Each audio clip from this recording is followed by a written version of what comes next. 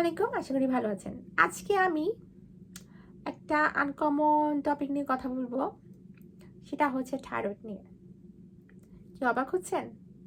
আমি কিন্তু professional doctor না, সেটা সবাই জানে।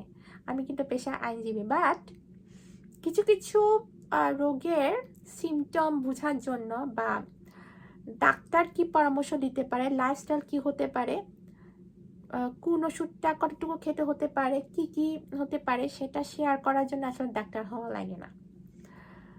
তো তবে আমি অবশ্যই সাজেস্ট করব, ডাক্তারের কাছে যাওয়ার প্রয়োজন হলে অবশ্যই আপনি যাবেন, এটাকে হেলাফেলা করবেন না। আগে ছোটবেলায় থাকতে কিছু মহিলা বলেন বা কিছু পুরুষ বলেন, দেখতাম যে এত বড় গলা থাকতো। এখন অবশ্য দেখি না শহর এলাকায়, গ্রামে হয়তো থাকতে পারে, আই ডোন্ট নো, বাট এত বড় গলা থাকতো। তা আমরা ছোটবেলায় পাঠ্যপুস্তকে থাইরয়েড বা গলগণ্ড নিয়ে পড়তাম, আমাদের পাঠ্যপুস্তকে এই সংক্রান্ত টপিক ছিল। তারপর ভিটিভিতে অ্যাওয়ারনেস প্রোগ্রাম হতো বা বিভিন্ন অনুষ্ঠান ডাক্তাররা এসে এই সম্পর্কে কথা বলতো। তো এখন যেটা হয়, তখন তো থাইরয়েড সম্পর্কে মানুষজন বেশি জানতো না, বাট এখন থাইরয়েড সম্পর্কে মানুষ জানে। আর থাইরয়েড বেসিক্যালি কি? থাইরয়েড হচ্ছে হরমোনাল ইমব্যালেন্সের জন্য একটা রোগ। তো থাইরয়েডের কারণে অনেক কিছু হয়, যেমন আপনার ওজন বেড়ে মোটা হয়ে যেতে পারেন। আপনি যতই ব্যায়াম করেন, যতই ডায়েট করেন, আপনি কন্ট্রোল আনতে পারছেন না। আবার দেখা যায় যে আপনার ওজন অনেক কমে গেছে, আপনি এত খাচ্ছেন, তারপর আপনার ওজন বাড়ছে না। হ্যাঁ, আপনার ঘন ঘন ডায়রিয়া হচ্ছে। এগুলো কিন্তু ছোট ছোট সিমটম আছে। আপনার ঘন ঘন ডায়রিয়া হচ্ছে, আপনি কিছুটা কন্ট্রোলে আনতে পারছেন না। আপনি হয়তো ডায়রিয়া বন্ধ করার জন্য কিছু ওষুধ আপনি খাচ্ছেন রেগুলার বেসিসে, কিন্তু প্রতিদিন তো আসলে এই ধরনের ওষুধগুলো খাওয়া যায় না। আপনি আসলে এটার পিছনে রিজনটাকে আপনি বুঝতে পারছেন না। হ্যাঁ, তারপর হচ্ছে আপনার ঘন ঘন মাথা ব্যথা দেখা দিতে পারে, মুখ ধরফর করতে পারে। তারপর এরপরে আপনার ক্লান্ত অনুভব করতে পারেন, টায়ার্ড থাকতে পারে সারাক্ষণ, মাথা ঝিমঝিম করতে পারে। এরপরে আপনার চড়া মেজাজ থাকতে পারে। হ্যাঁ, আপনার গলার স্বরে একটা চেঞ্জ আসতে পারে। আপনার গলার স্বর কখন মানে একটু ভয়েসে চেঞ্জ আসে, সেটা কিন্তু আপনার কন্ট্রোলে থাকে না। তারপর হচ্ছে আপনার বেশি বেশি ঘাম হতে পারে। আরও কিছু সিমটম আছে, আমার এই মুহূর্তে মনে পড়ছে না। কমন এই সিমটমগুলোর কথা বলেছি। এছাড়া থাইরয়েড হলে মেয়েদের বেলায় বলি, ছেলেদের কি সমস্যা হয় সেটা আমি বলতে পারবো না, বাট আমার আমার আমার চারপাশে যত মানুষকে দেখি ম্যাক্সিমাম কিন্তু মেয়ে পেশেন্ট বেশি। আর মেয়েদের বেলায় যেটা হয় সেটা হচ্ছে ম্যাসিভ আকারে, সেটা হচ্ছে পিরিয়ড কেন্দ্রিক একটা সমস্যা হয়। তারপর হচ্ছে মানে অনিয়মিত পিরিয়ড হয়। হ্যাঁ, ধরেন টানা অনেকদিন পিরিয়ড হলো, অথবা টানা অনেকদিন পিরিয়ড বন্ধ রইল, মানে এই ধরনের সমস্যাগুলো হয়।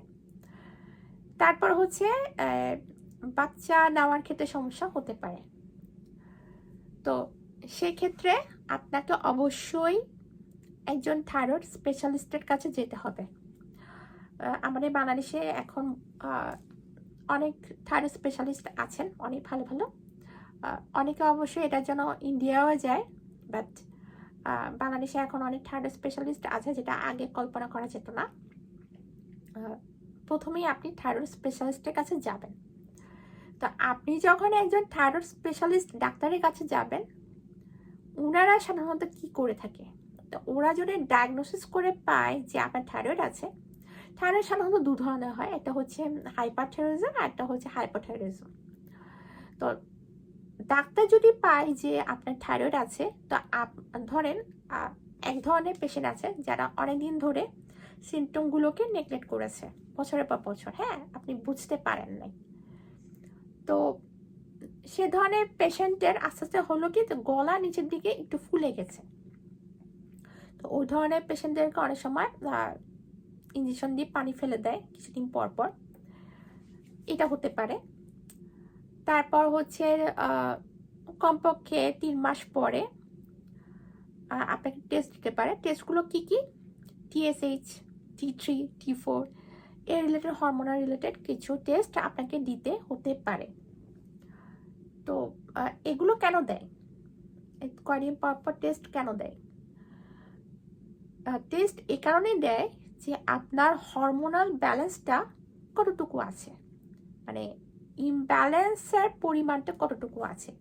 তো আপনি যখন থাইরয়েডের পেশেন্ট হন, ডায়াগনোসিস করে পাওয়া গেল আপনি থাইরয়েডের পেশেন্ট, তো আপনাকে প্রতিদিন সকালবেলা একটা ওষুধ দিবে। এই ওষুধটা খুবই কমন, যারা থাইরয়েডের পেশেন্ট এটা জাতীয় ওষুধ প্রতিদিন সকালে খেতে হয়। সেটা হচ্ছে মনে পড়েছে, থাইরক্সিন বা থাইরক্স এই নামে ওষুধ আছে।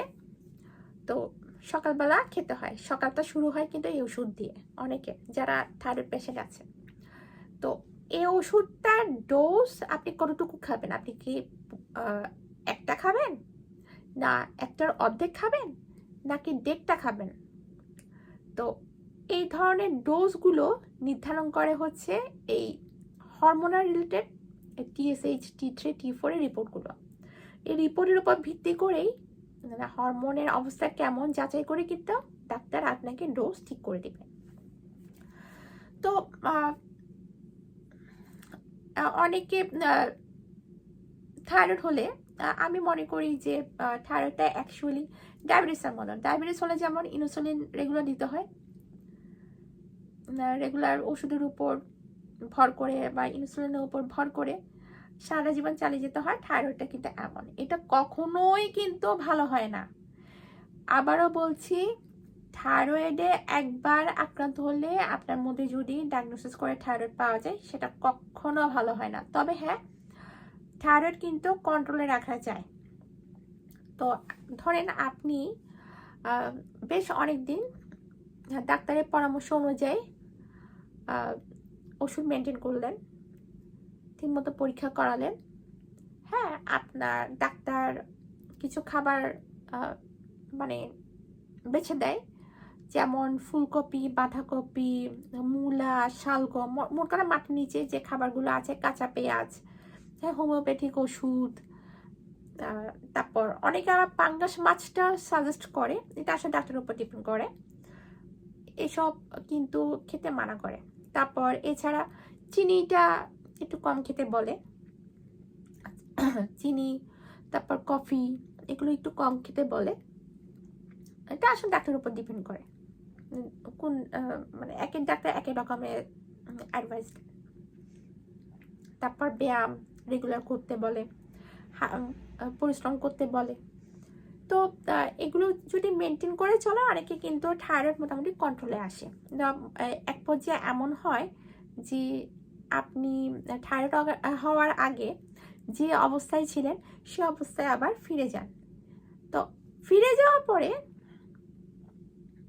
অনেকে মনে করি আমার থাইরয়েড ভালো হয়ে গেছে, আমার থাইরয়েডের জন্মও আসবে না। তো আমি বিভিন্ন ধরনের পোস্ট দেখি, ফেসবুকে পোস্ট, যে আমি এরকম থাইরয়েডের পরিমাণ আমার কম ছিল, থাইরয়েড আমার এরকম অনেক ডাক্তার দেখানোর পরে ভালো হয়ে গেছে।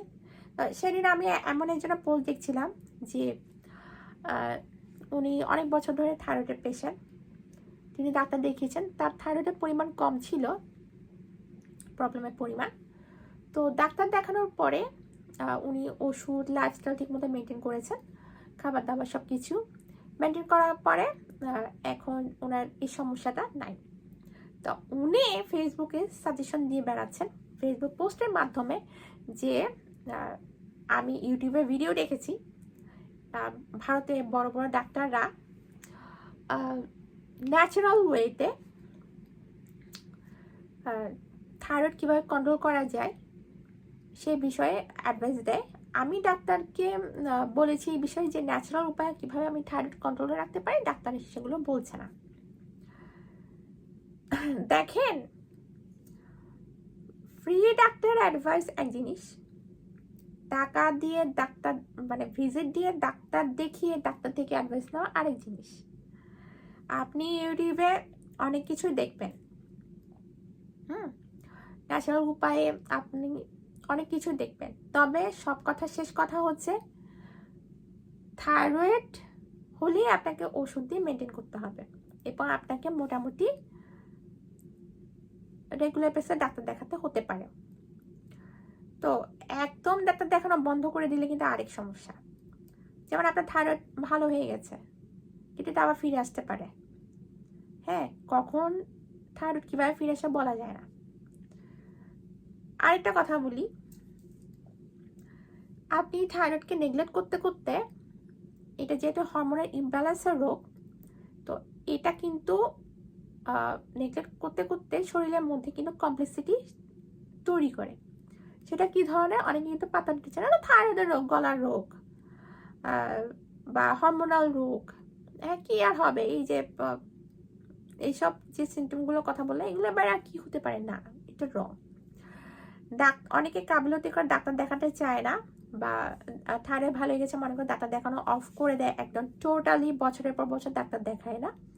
তো সেক্ষেত্রে হয় কি, থাইরয়েড আবার ম্যাসিভ আকারে ফিরে আসে। ফিরে আসার পরে দেখা যায় যে এখান থেকে মানুষ মারা যেতে পারে। কীভাবে মারা যায়? আপনার লিভারে পানি জমতে পারে, কিডনি নষ্ট হয়ে যেতে পারে, পায়ে পানি চলে আসতে পারে। মোট কথা, থাইরয়েড কিন্তু নেগলেক্ট করলে প্রাণঘাতীও হতে পারে। তো সে কারণে থাইরয়েড ভালো হয়ে গেছে সেটার কারণে অতি আত্মবিশ্বাসী হওয়ার কোনো কারণ নেই। সন্দেহ হলেই ডাক্তার দেখান। হ্যাঁ, আপনার ডাক্তারের সাজেশন গ্রহণ করেন, ডাক্তারের সাজেশন ফেলে দিবেন না। অনেকে ডাক্তারের প্রতি আস্থা রাখতে চান না, ডায়াবেটিসের মতো, ইনসুলিনের মতো অবস্থা, যে রেগুলার বেসে ডাক্তার দেখাতে হয়, 3 মাস পর পর পরীক্ষা করাতে হয়, প্রতিদিন সকালবেলা নিয়ম করে ডোজ মেনটেন করে ওষুধ খাওয়াটা খুবই বিরক্তিকর। দেখা যায় যে বোরিং ফিল করে আর ডাক্তারের কাছে যেতে চায় না। তো আসলে অবস্থার পরিপ্রেক্ষিতে ডাক্তারের কাছে সবসময় যাওয়াটাও সম্ভব না, একসময় বোরিং লাগে। তবে একেবারেই ডাক্তার দেখানো বন্ধ করে দিবেন না। ন্যাচারাল পদ্ধতিতে আপনি থাইরয়েড কন্ট্রোল করেন, ইটস ওকে, বাট আপনি কিভাবে মেনটেন করবেন এটা আপনার উপর ডিপেন্ড করে। তবে ডাক্তার দেখানো একদম বন্ধ করে দিবেন না। হ্যাঁ, ধরেন বছরে অ্যাটলিস্ট আপনার থাইরয়েড যতই ভালো হয়ে যাক, বছরে অ্যাটলিস্ট একবার হলেও ডাক্তার দেখান। আপনার থাইরয়েড এখন কোন পর্যায়ে আছে, আবার ফিরে আসছে কিনা, আপনার হরমোনের কি অবস্থা, টেস্ট করে বছরে একবার অন্তত দেখেন। হ্যাঁ, যাতে ভবিষ্যতে আপনার প্রবলেমে পড়তে না হয়। এছাড়া ডাক্তার আরও যা দিতে পারে, আপনারা সকালবেলায় থাইরক্সিন বা থাইরয়েড যে ওষুধটা খান, এটা নাকি হাড়ের ক্ষয় করতে পারে। তো সে কারণে হয় কি, ডাক্তাররা কিছু মাল্টিভিটামিন দেয় এবং ক্যালসিয়াম দেয় খাওয়ার জন্য। তো ক্যালসিয়ামটা রেগুলার মেনটেন করবে। তো অনেক সময় ক্যালসিয়াম তারপর মাল্টিভিটামিন খাওয়ার পর একটু মোটা হয়ে যায়, একটু ওয়েট গেইন করে, সেক্ষেত্রে ক্যালসিয়ামটা মেনটেন করবে যাতে আপনার হাড়টা ঠিক থাকে। কারণ একটা বয়সের পরে হাড় কিন্তু ক্ষয়ের পরে অনেক সমস্যা দেখা দেয়। হ্যাঁ, হাড় রিলেটেড অনেক সমস্যা দেখা দিতে পারে একটা সার্টেন বয়সের পরে। যেমন মেয়েদের বেলায় বলি, মেনোপজের পরে কিন্তু হাড়ের সমস্যা হয় বেশি 50-এর পরে। তো সেই ক্ষেত্রে আগে থেকে যদি প্রিকশন নেওয়া যায়, দ্যাটস ভেরি গুড, পরবর্তীতে আর ঝামেলা পড়তে হলো না। তো আজ এই পর্যন্ত বললাম। ভিডিওতে আমি করতাম না, কিন্তু কয়েকজনের অতিমাত্রায় অতি আত্মবিশ্বাসী, অতি কাবিল তারপর পোস্ট দেখে আমি আসলে বলতে বাধ্য হয়েছি। আরেকটা কথা বলি,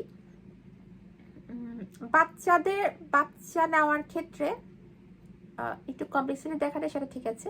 তো বাচ্চার ক্ষেত্রেও সমস্যা হয় কিনা থাইরয়েডের কারণে?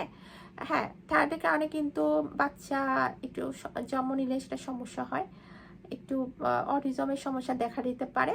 তো এই সমস্যা যাতে দেখা না দেয় সেক্ষেত্রে সিমটম রিলেটেড কিছু সন্দেহ দেখা দিলেই আপনি ডাক্তার দেখাবেন। হ্যাঁ, ডাক্তারের পরামর্শ নেবেন, ওই অনুযায়ী আপনি ডাক্তারের অ্যাডভাইস মতো আপনি মেনে চলবেন। তাহলে দেখা যাবে যে আপনার লাইফ ইজি হয়ে গেছে, ভবিষ্যতে সমস্যা হবে না, বাচ্চার ক্ষেত্রেও সমস্যা হবে না। তো আজকে তাহলে এই পর্যন্ত। আবার বলে রাখি, অভিজ্ঞতার আলোকে আমি শেয়ার করলাম কথাগুলো, আমি ডাক্তার না। তো আরও ভালো ডাক্তার বলতে পারবে,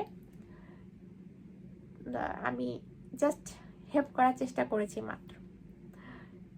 সবাই ভালো থাকুন, সুস্থ থাকুন, সবার জন্য শুভকামনা। ধন্যবাদ।